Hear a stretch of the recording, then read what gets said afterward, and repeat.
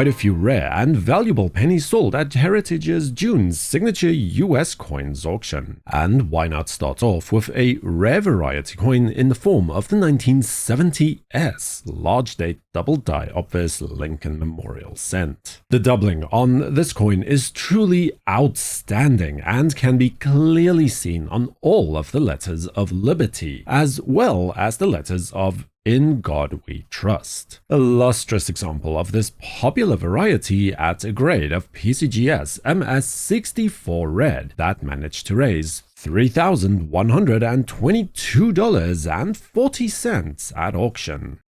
One of the most sought-after issues in the early wheat cent series is the 1922 No D coin, a very unique variety in that it came about as the result of a clashed obverse die being polished to the extent where the D mint mark was removed from the design altogether. This coin is a true testament to just how rare the 1922 No D cent actually is. The coin was obviously treated in some way. The PCGS label merely reads as genuine with a notation for questionable color. Despite this, which would constitute a trip to the gallows for any other coin, the details grade still managed to attain $6,600 at auction's close.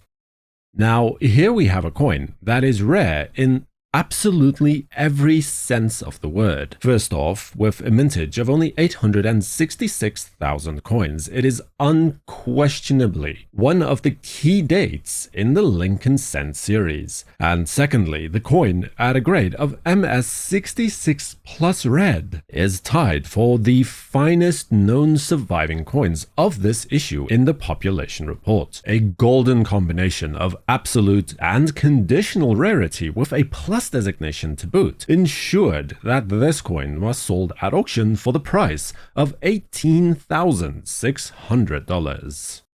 This auction was packed with coins primed, one could even say destined to end up in top-tier competitive registry sets. A fantastic example thereof would be this coin. Now, while the 1915S wheat penny is on the lower end of the Lincoln series in terms of absolute mintage, with 4,833,000 coins minted, it's not exactly scarce either. But at only 10 coins certified with a grade of MS66 Red, and only 3 of those receiving a CAC endorsement, that definitely makes this a conditional rarity, with the closing price at auction of $20,400 would certainly add to punctuate that argument definitively as well.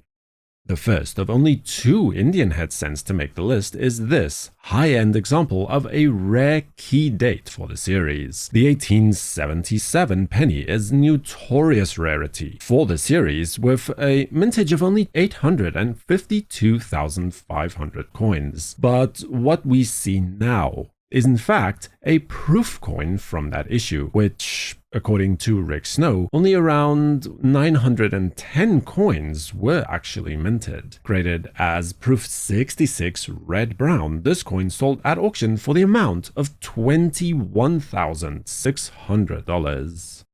Another top contender for the prestigious registry sets would be this 1924S penny. This coin is the very definition of a conditional rarity, with only 11 other coins placed within the same level, with none finer known. Fun fact is that this specific coin also in fact has a notable pedigree, although the label does not specify as such, but this coin was in fact a former part of the Ducor collection. Graded PCGS MS65 Red, the closing price at auction for this coin was $26,400.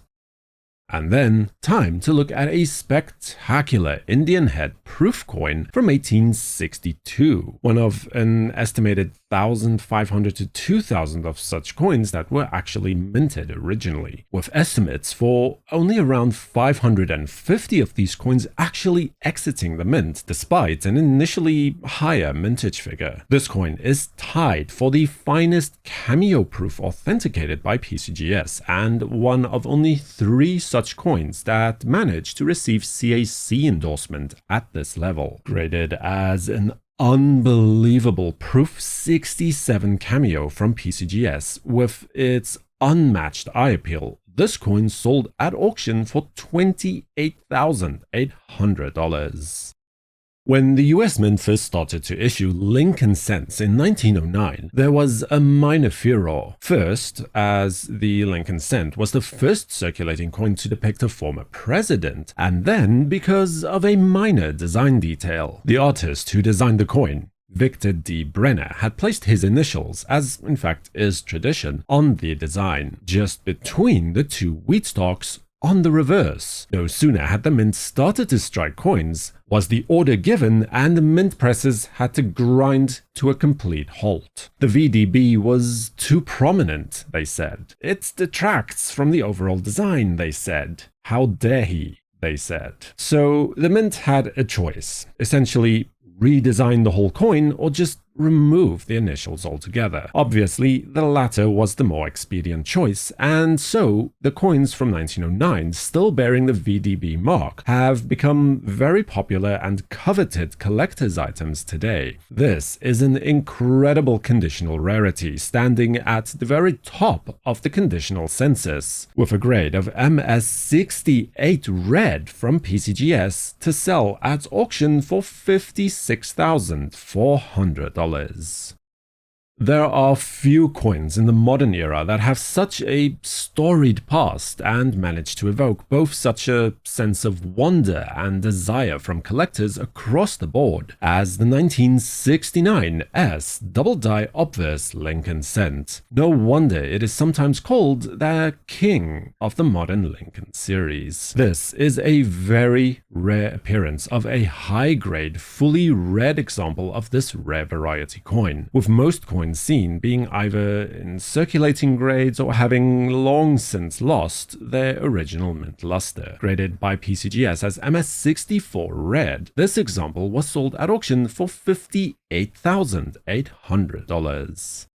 And then we have an extremely unusual penny sold also. It is a 2001 D Lincoln penny obverse that was muled with a Roosevelt dime reverse in order to create this remarkable error coin struck on a normal Lincoln cent planchet. The rarity of this piece cannot be understated, and to date only 4 dime penny mule errors are known to exist. 1993, 95, 99, and now this 2001 example. Graded by PCGS as MS66 Red, it sold at auction for $114,000.